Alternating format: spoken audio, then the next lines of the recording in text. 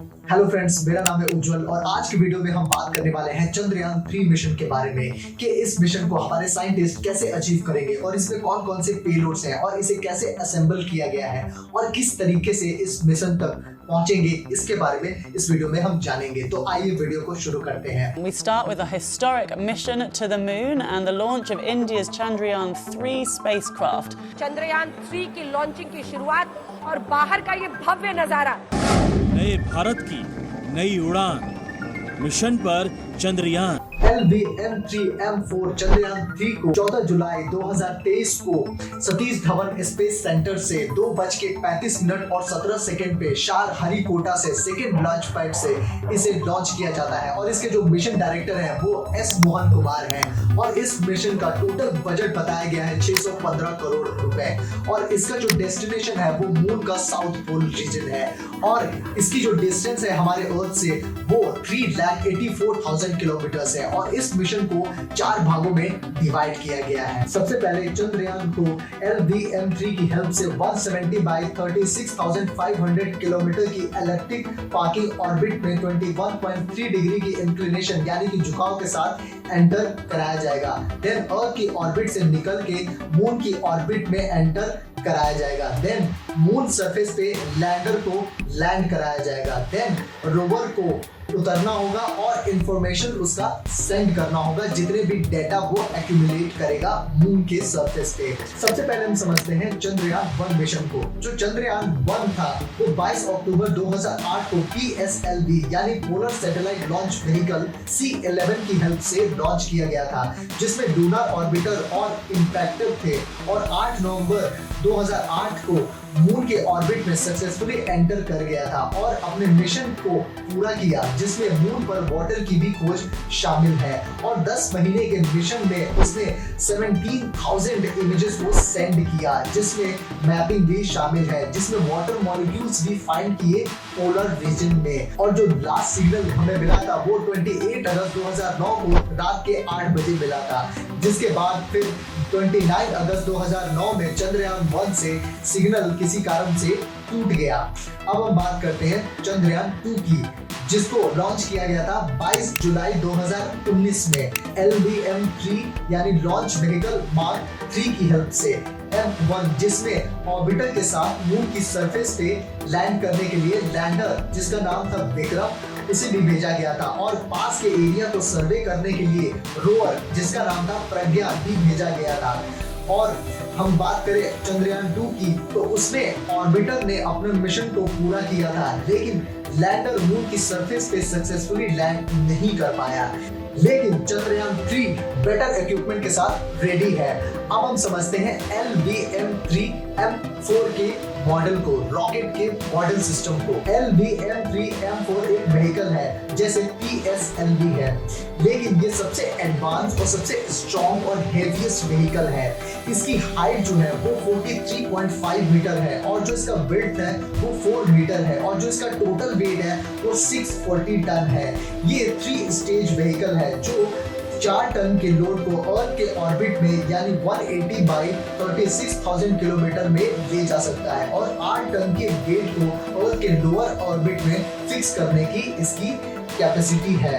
इस व्हीकल में first stage में 2 S-200 सॉलिड रॉकेट बूस्टर्स लगे होते हैं, जिसको सतीश धवन स्पेस सेंटर में ही बनाया जाता है। दोनों S-200 के सेंटर में L-110 लिक्विड स्टेज है और इसके ऊपर 28 टन का क्रायोजेनिक C-20 इंजन है और C-25 स्टेज है, जो कि इंडिया का सबसे बड़ा क्रायोजेनिक इंजन है। इसे इसरो के लिक्विड प्रोपल्शन सिस्टम IPRC द्वारा डेवलप किया गया है। अब हम बात करते हैं इस LVM-3M4 के डिजाइन की। अपने स्क्रीन पर आप देख सकते हैं इसे असेंबल करते हुए। सबसे पहले स्ट्रैप ऑन करते हैं बूस्टर को, उसके बाद S-200 को असेंबल किया जाता है। ये 3 सेगमेंट में असेंबल होता है, नोजल सेगमेंट, मिडिल सेगमेंट और हेड सेगमेंट। एक के बाद एक सेगमेंट को असेंबल किया जाता है। जब रॉकेट बूस्टर पूरी तरीके से असेंबल्ड हो जाता है तब क्रेन की हेल्प से मोबाइल लॉन्च पेडेस्टल से अटैच किया जाता है। ऐसे इग्नाइटेड असेंबली पूरी होती है। उसके बाद स्ट्रैप ऑन किया जाता है नोज कोन्स को। देन ये जो आप देख रहे हैं ये कोर L110 स्टेज है जिसे सेकेंड असेंबली बिल्डिंग ले जाया जाता है और टिल्ट किया जाता है। दोनों S200 बूस्टर्स के बीच में उसके क्रायोजेनिक अपर स्टेज को लाया जाता है। इसे CH-25 कहा जाता है। ये बहुत ही कॉम्प्लिकेटेड इंजन भी है। ये C-20 इंजन बहुत केयरफुली एंड फोकस के साथ असेंबल किया जाता है। ये है इक्विपमेंट बे जो कि इस रॉकेट का दिमाग है और ये है चंद्रयान 3 का प्रोपल्शन मॉड्यूल। चंद्रयान 2 के बाद इसमें काफी सारे अपडेट किए गए हैं। 758 वॉट का सोलर पैनल्स लगे हुए हैं और 440 न्यूटन्स के थ्रस्टर लगे हुए हैं और ये है लैंडर और रोवर। यही रोवर मून पे उतरेगा और डेटा को कलेक्ट करेगा। इसे केयरफुली लैंडर के भीतर रखा जाता है जिसके बाद लैंडर मॉड्यूल को प्रोपल्शन मॉड्यूल के साथ ज्वाइन किया जाता है। सभी एग्जामिन के बाद इसे सेफली पेलोड पेयरिंग के अंदर रख दिया जाता है। इन सभी के असेंबली को इनकैप्सुलेटेड असेंबली कहा जाता है। देन पेलोड एडेप्टर को व्हीकल असेंबली बिल्डिंग ले जाया जाता है और क्रेन की हेल्प से इसे क्रायो स्टेज के ऊपर ज्वाइन किया जाता है। अब पूरे तरीके से रेडी है LVM-3M4 रॉकेट। इसे व्हीकल असेंबली बिल्डिंग से निकाल के लॉन्च पैड की तरफ ले जाया जाता है। इसे मोबाइल लॉन्च पेडेस्टर के ऊपर रख के 1 किलोमीटर की दूरी तय करी जाती है। लॉन्च पैड पे आने के बाद लॉन्च से पहले की जांच पूरी की जाती है। अब हम समझते हैं कि जो फ्लाइट सीक्वेंस है उसको सबसे पहले 0.00 सेकेंड पे दोनों S200 को इग्नाइट किया जाता है। उसके बाद 108.10 सेकेंड पे L110 को इग्नाइट किया जाता है। उसके बाद 62.171 किलोमीटर के एल्टीट्यूड पर जो दोनों S200 है उसको सेपरेट किया जाता है 127.00 सेकेंड पे। देन 114.805 किलोमीटर के एल्टीट्यूड पर PLF को सेपरेट किया जाता है 194.96 सेकेंड पे। देन 175.352 किलोमीटर देन 175.352 किलोमीटर के एल्टीट्यूड पर L110 को सेपरेट किया जाता है 305.5 सेकेंड पे और उसके बाद 176.573 किलोमीटर के एल्टीट्यूड पर C-25 इंजन को इग्नाइट किया जाता है 307.96 सेकेंड पे। देन 174.695 किलोमीटर के एल्टीट्यूड पर शट ऑफ किया जाता है C-25 को 954.42 सेकेंड पे। उसके बाद सैटेलाइट सेपरेशन किया जाता है 969.42 सेकेंड पे 179.192 किलोमीटर के एल्टीट्यूड पे। सबसे पहले चंद्रयान 3 को LVM-3M4 को अर्थ की एलिप्टिक ऑर्बिट जो कि 170 बाय 36,500 किलोमीटर की ऑर्बिट है उसमें भेजा जाएगा। देन चंद्रयान को मैनोवर करके अर्थ के ग्रेविटेशनल फोर्स की हेल्प से उसकी स्पीड को बढ़ाया जाएगा। देन चंद्रयान अर्थ के ऑर्बिट से निकल के मून के ऑर्बिट में जाएगा। देन फिर से मैनोवर करके मून के 100 किलोमीटर के ऑर्बिट में स्थापित किया जाएगा। देन राइट टाइम पर लैंडर मॉड्यूल को प्रोपल्शन मॉड्यूल से अलग कर दिया जाएगा। इस मॉड्यूल का काम था कि लैंडर और रोवर को अर्थ की ऑर्बिट से मून की ऑर्बिट तक ले जाना। ऐसा करने के लिए MMH की हेल्प से 440 न्यूटन के थ्रस्टर वाले इंजन लगे हुए हैं। अब बात करते हैं लैंडर की कि लैंडर में कौन से इक्विपमेंट्स लगे हुए हैं। इसमें ऊपर में LRA और स्टार सेंसर है, नीचे की तरफ ILSA पेलोड है, lander hazard detection avoidance camera है, LHDAC है और इसके लेफ्ट साइड में लेजर डॉपलर वेलोसिटी मीटर है ऊपर के और नीचे की साइड में लेजर अल्टीमीटर है लासा और नीचे की साइड में लैंडर लेग है। अब हम समझते हैं कि रोवर में कौन कौन से इक्विपमेंट्स लगे हुए हैं। उसके ऊपर जो है रोवर के वो RX-TX एंटेना लगे हुए हैं। देन सोलर पैनल्स भी लगे हुए हैं और उसके नीचे सोलर पैनल हिंग लगी हुई है और 2 नेविगेशन कैमरा लगे हुए हैं आगे की साइड में और उसके बाद चेसिस लगे हुए हैं। देन बीच की साइड में सोलर पैनल्स फोल्ड डाउन लगे हुए हैं और उसमें व्हील्स ड्राइव असेंबली लगी हुई है, रॉकर बोगी है और पीछे की साइड में वॉक इलेक्ट्रॉनिक्स बॉक्स लगे हुए हैं और उसी साइड में रोवर होल्ड डाउन भी लगा हुआ है और सेंटर में डिफरेंशियल लगे हुए हैं। अब हम बात करते हैं प्रोपल्शन मॉड्यूल की। इसमें ऊपर के के हिस्से में IMA कोन लगा हुआ है और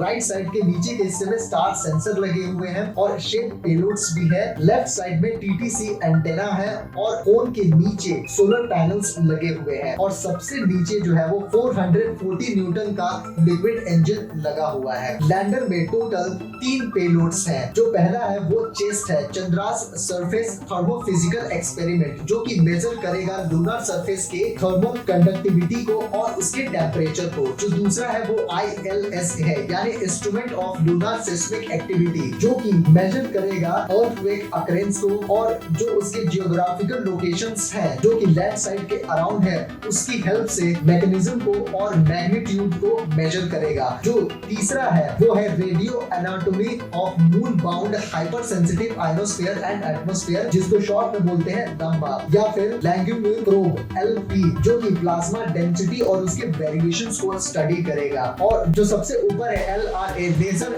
रेट्रो रिफ्लेक्टर एरे, वो डिजाइन किया गया है कि जो लेजर बीम जो लाइट है जो सेंड करेगा, उसकी हेल्प से जो स्पेसक्राफ्ट है या जो अर्थ स्टेशन है उसको ये सेंड करेगा, या जो ऑर्बिटर है उसको ये डेटा सेंड करेगा, जिसको अर्थ पे जो साइंटिस्ट है वो एंटेना के हेल्प से उस सिग्नल को रिसीव करेंगे, जिससे कि हमें हेल्प होगी समझने में ऑर्बिटल पैरामीटर्स को, उसके मोशन को और ऑर्बिट के चेंजिंग बिहेवियर को भी समझने में आसानी रहेगी। और इससे मून के ग्रेविटेशनल इंटरेक्शंस को भी समझा जा सकता है और जो बाकी के जो सेलेस्टियल बॉडी है उसको भी समझने में हेल्प होगी और अर्थ और मून के मॉडल्स को रिफाइन करने में भी हेल्प मिलेगा। अब हम बात करते हैं रोवर की। जो रोवर है वो 6 व्हील्ड डिजाइन है और जिसका वेट है 26 किलोग्राम यानी कि 57 पाउंड। जो रेंज है रोवर की वो 500 मीटर्स है यानी 1600 फीट और इसमें साइंटिफिक इंस्ट्रूमेंट इंक्लूडिंग कैमरास लगे हुए हैं, स्पेक्ट्रोमीटर्स लगे हुए हैं और ड्रिल लगा हुआ है और इसका जो लाइफ स्पैन है वो 14 अर्थ डे यानी 1 लूनर डे है और ये कम्युनिकेशन करेगा ये लैंडर के साथ, जो कि ग्राउंड कंट्रोल टीम हैंडल करेगी इंडिया में। और जो रोवर्स हैं उस पे 2 पेलोड्स हैं। जो पहला है वो अल्फा पार्टिकल्स एक्स-रे स्पेक्ट्रोमीटर है APXS, जो कि केमिकल कॉम्पोजिशंस को और जो लूनर सरफेस में जो मिनरलॉजिकल कॉम्पोजिशंस है, जो मिनरल्स है, उसको ये डिटेक्ट करेगा और ये स्टडी करने में हेल्प करेगा। जो दूसरा है वो है लेजर इंड्यूस्ड ब्रेकडाउन स्पेक्ट्रोस्कोप यानी LIBS, जो कि लूनर सरफेस में जो एलिमेंट कॉम्पोजिशंस है उसके डेटा को कलेक्ट करेगा, जैसे कि magnesium, aluminium, silicon, potassium, calcium, titanium और आयरन,